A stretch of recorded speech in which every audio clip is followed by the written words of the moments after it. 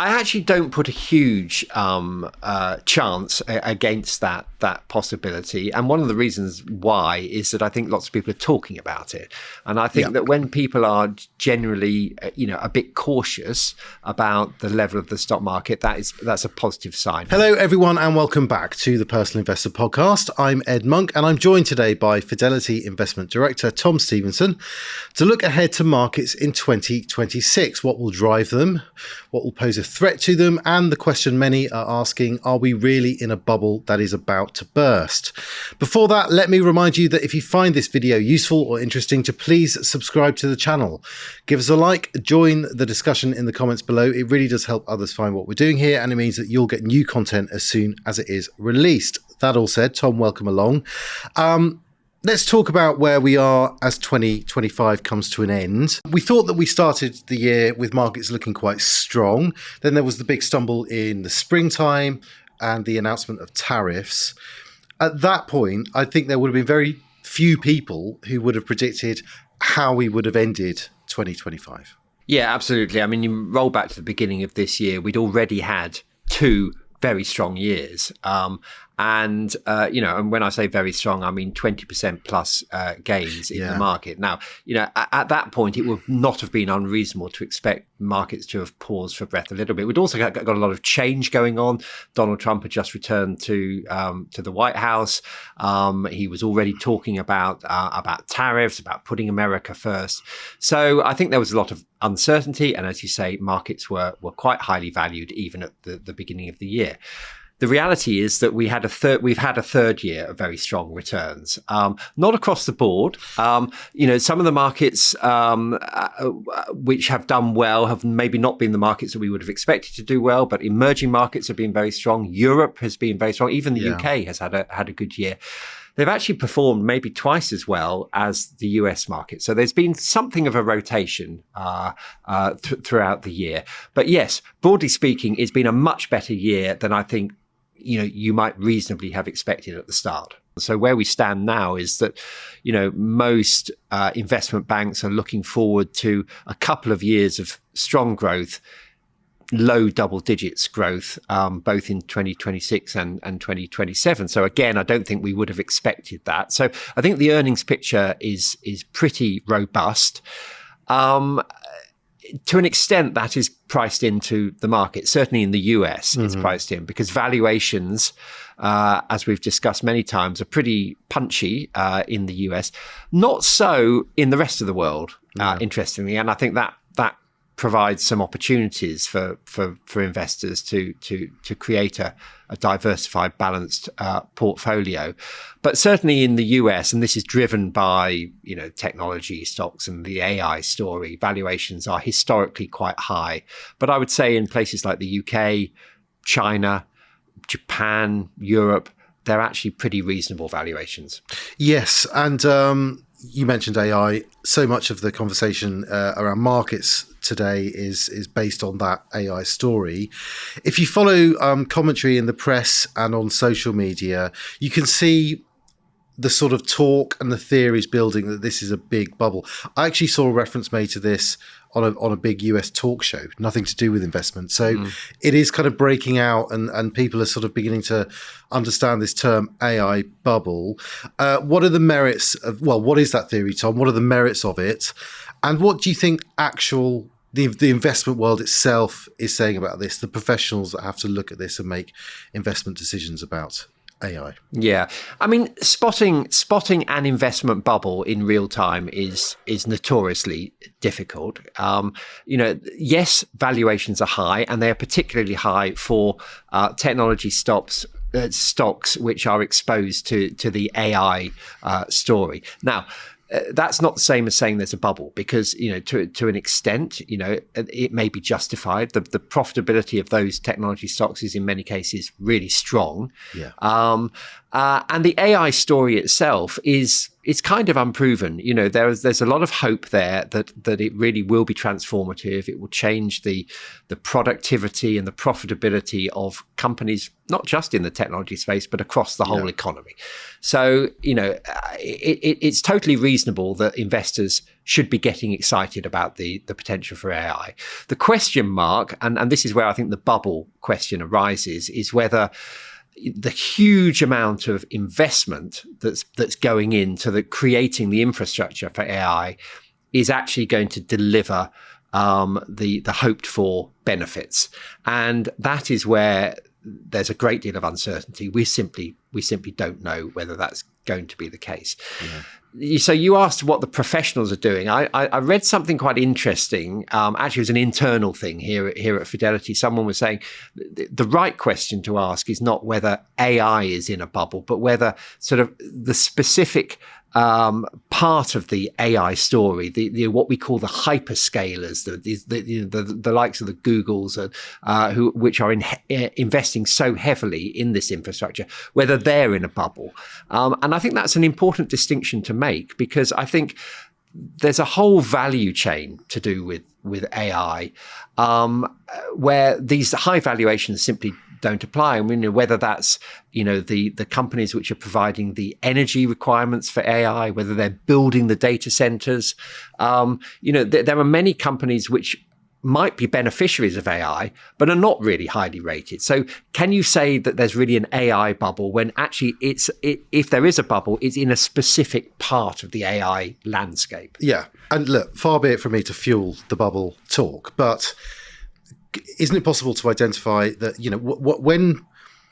when bubbles come along, it's often because there is some game-changing innovation that's happened that people can recognize and believe in that story, and that lots of people pile in, and then lots of other people see that people have made money by piling in, and they pile in, and you get misallocation of capital at that point. Lots and lots of money basically betting on anything. Yeah.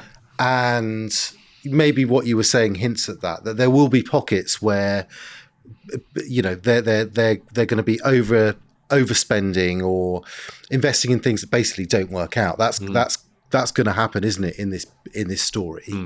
So that there is bubble-like characteristics to this. It's just a question of whether that really hurts investors and leads to a big retreat at some point. Yes, and we've been here before. If you go back 25 years, we had a similar internet related bubble, and that did burst, and there was a widespread fall in markets. But actually, even there, I mean, we did some work on this. I did some work on it, a couple of months ago, just actually looking in detail at the sectors which fell heavily and the sectors which actually rode the wave, with very little damage. It's quite difficult to generalize. Yes, at the headline level, the markets might fall, but there are always opportunities, and there are sectors and companies which actually are not affected in the same way. So I think it's. The problem with bubble talk is that it creates a lot of fear, and it makes people respond and react in ways which maybe are not helpful for their long-term investment success. Yeah, that's the thing. You can actually, I think there's probably lots of people out there who actually believe that there will be some sort of big retreat, that AI will disappoint on some level, perhaps then go on to fulfill all the expectations, but it will be bumpy along the way. They'll know all that, they'll believe that, but they'll invest anyway, because you won't get it right at the top, you won't get it right at the bottom. You're much better off just being on for the whole ride. Yes, and I think there's a lot of merit in that argument. And if you couple that being on for the whole ride with good diversification, so that you are not just solely invested in the AI stocks, but you have a broad range, geographically and between different sectors, then I think that is probably the most sensible way to approach this kind of phase of the market. Okay. Well, one of the threats to AI in investment terms, not the technology per se, but in investment terms, could be, Tom, a pronounced downturn in the economy. We have had occasional moments this year when there's been reports of businesses sort of saying that they've not really got the productivity gains or the profitability gains from their investments in AI that they wanted or expected. And AI stocks were hurt by those sorts of reports. If there was a pronounced fallback in the economy, those kind of investment decisions might be delayed further, right? And that might be something that hurts this AI story. Yes, I think that's true, but I think the economic cycle is connected to the AI story. I mean, not least because the huge amounts of investment in AI infrastructure is actually driving economic growth at the moment. So you can't really separate the general economy from the AI story. And there are signs that there is something of a slowdown going on in the economy. It's true on both sides. Yeah, I was going to say, we're talking kind of globally, yeah. But we tend to, that's going to be sort of weighted towards the US, isn't it? Because it's such an important economy. It is. And, and there are different things going on here. We've just had a budget which affected the economy in quite profound ways, or will affect the economy in quite profound ways. So I think there is a slowdown going on in the economy, and you very rarely get a bear market, a big fall in stock markets in the absence of an economic slowdown. So I think that it's right to focus on that slowdown.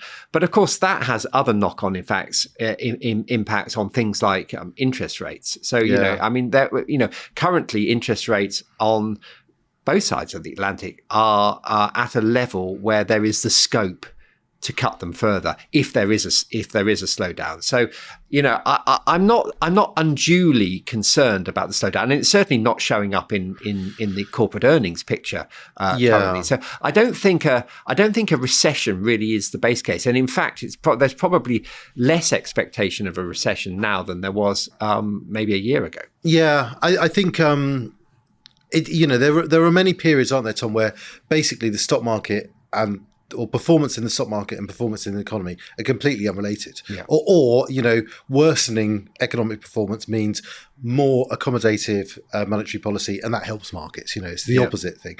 I do wonder if in 2026 they'll be more aligned, because I think consumer demand, particularly in the US, is slightly in question. The jobs market there looks very weak. And that's actually part of the AI story, potentially, that we've predicted, or long predicted, a kind of bloodbath, kind of corporate jobs will go because of AI. We're all kind of worried about that. There are signs that is coming through, and that might hurt markets, right? Yes, and I think there's a very intriguing equation here, which is that particularly in the US. On the one hand, the consumer is a really important driver of the overall economy. I mean, personal consumption accounts for, sort of maybe 70% of the American economy. On the other hand, you've got AI potentially driving big productivity gains and profitability gains, which is driving the stock markets higher. And of course, in America, more so than in other parts of the world, individuals and households are very exposed to the level of the stock market. They have a high level of stock market investments. So you've got two things happening at the same time. Maybe AI is causing a reduction in jobs and maybe a lowering in wage growth, but on the other hand, it's pushing up valuations in stock markets, which is the more important factor. And I think that may be one of the stories of 2026, which sees how that balance works out. Yes, and just finally on the economy, let's have a word on inflation. A sort of consensus that it's more persistent than hoped. That hurts investors, doesn't it? It's a real enemy to your investments, is inflation. How do you think that's going to feed through to central bank policy? I mean, in the US, a lot going on in terms of central bank policy, a lot of political pressure. We're going to get a new Fed chairman quite soon. These are going to be big moments, aren't they, for the market to sort of signal its approval or disapproval of what's going on. Yeah, I think that whole inflation, interest rates, central bank policy question will be one of the other big stories of 2026. A lot of moving parts here, as you mentioned. In the US, we've got a change at the top of the Federal Reserve. We're going to have a new chairman of the Federal Reserve will be appointed by the government. We know that the White House is really pushing for lower interest rates. And it may well be that they get that. Mm-hmm. The price that we pay for that may well be higher inflation than we need or want. And I think that will feed through into the investment markets in a number of different ways. But one of the important ways it will show up is in what happens in the bond market, because at the short end, so short-dated bonds, which are most affected by the level of interest rates, falling interest rates will probably be good news for bonds prices. But longer-dated bonds, which are much more concerned about, worries about inflation in the future. Their value eroded by inflation. Yeah, exactly. So if you're concerned that inflation is going to remain persistently high, then as an investor, you're going to demand a higher return, a higher income from your long dated bonds.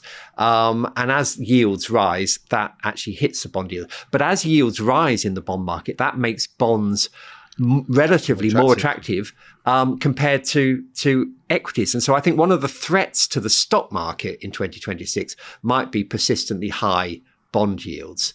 And that's a consequence of the inflation question. So I think we don't know how it's going to pan out, but it's going to be a big story next year. Okay. What about opportunities away from the US, away from the AI story? You mentioned this, Tom, that some people have looked elsewhere this year. Do you think that's going to continue, and where might the money go? Yes, I think it will continue. And one of the reasons why I think it will continue is that it is, a matter of sort of government policy in the US to push down the level of the dollar. I think that the Trump White House wants to make the US more competitive, and one of the ways to do that is to lower the level of the dollar. That tends to be good for emerging markets. In particular, it lowers the cost of servicing dollar-denominated debts in the developing world, and we've already seen this rotation. I mentioned at the top the different performances of emerging markets. 20% plus so far this year. The US 10% rise. I think that's likely to continue. I think a lot of the money which has been exposed to the US and to in particular to US technology in recent years and has done so well, is looking for a home elsewhere in the world, and emerging markets look attractive. So I think that's one of the regions which is interesting. I think Europe looks quite interesting. I think Japan has got lots of things going for it. Even the UK, I think, despite its economic challenges, in valuation terms, it's quite an attractive market. So I do think that we'll see a continuation of this rotation out of the US into other markets around the world. And I think there are good opportunities. And what about those investors looking for income from their equity investments? That beginning to look a bit more attractive nowadays. I mean, a lot of those parts of the market will be a bit, they'll be skewed away from tech. They'll be more established, old world businesses, maybe slightly more defensive value plays. And I think that's the appeal of dividend earning shares, is they tend not to be in these highly valued areas, technology and AI related areas. So they offer a bit more stability, a bit more defensiveness to investors, and potentially therefore a smoother ride if we get volatility in the more growth focused areas of the market. So I think focusing on income is a sensible strategy as part of a balanced portfolio. Okay, well, finally then, Tom, let's just return to this question of a market crash or not. We've kind of answered this, and I don't think it sounds like that you expect a market crash, but of course, it could happen, couldn't it? What sort of chance do you put on a big crash next year, and what sense is there in sort of, rearranging your portfolio around that? I actually don't put a huge chance against that possibility, and one of the reasons why is that I think lots of people are talking about it, and I think that when people are generally, a bit cautious about the level of the stock market, that's a positive sign. If everyone thinks that everything's fine and the sky is blue, then that's when you tend to get a crash. Having said that, there were people in the run up to the crash 25 years ago who were being cautious. So it's not a fail safe at all. It feels to me like the best way to protect yourself from a potential sharp fall, crash, whatever you want to call it, is to be well diversified. And the work that I've done this year, analysing what happened around the last crash, really emphasises that point that having a well diversified portfolio really does. It's not going to protect you completely, but it will give you a much smoother ride. Yeah, and look, for my part, I would say that there may be good reasons why parts of the market might retreat, and you might see, reversions back to more kind of reasonable valuations. Some of that AI sort of froth may blow off, but in terms of a big sort of profound crash, you tend to need quite a few things to do that, and I'm not sure it's obvious what they are. There can be some unobvious things that come along, so there's always that possibility. But if there was a big slowdown in the economy, then rates would fall, and that they would sort of protect against that. And so I think that as we sit here today, it's not completely clear where it would come from, but in terms of planning around it, I don't think it makes much sense to really try and anticipate. It's the same thing as trying to, time the top, time the bottom. You're not going to get it right. So if you believe in the long-term case for stock markets, this goes with the turf, right? This kind of uncertainty and even the falls if they come. Yeah, it does go with the territory, and I think you're right. You need a certain number of factors to coincide to create that crash, and I think that policy is broadly supportive, whether it's fiscal policy, government spending, or monetary policy, interest rates. That's broadly supportive. I think companies are in good shape.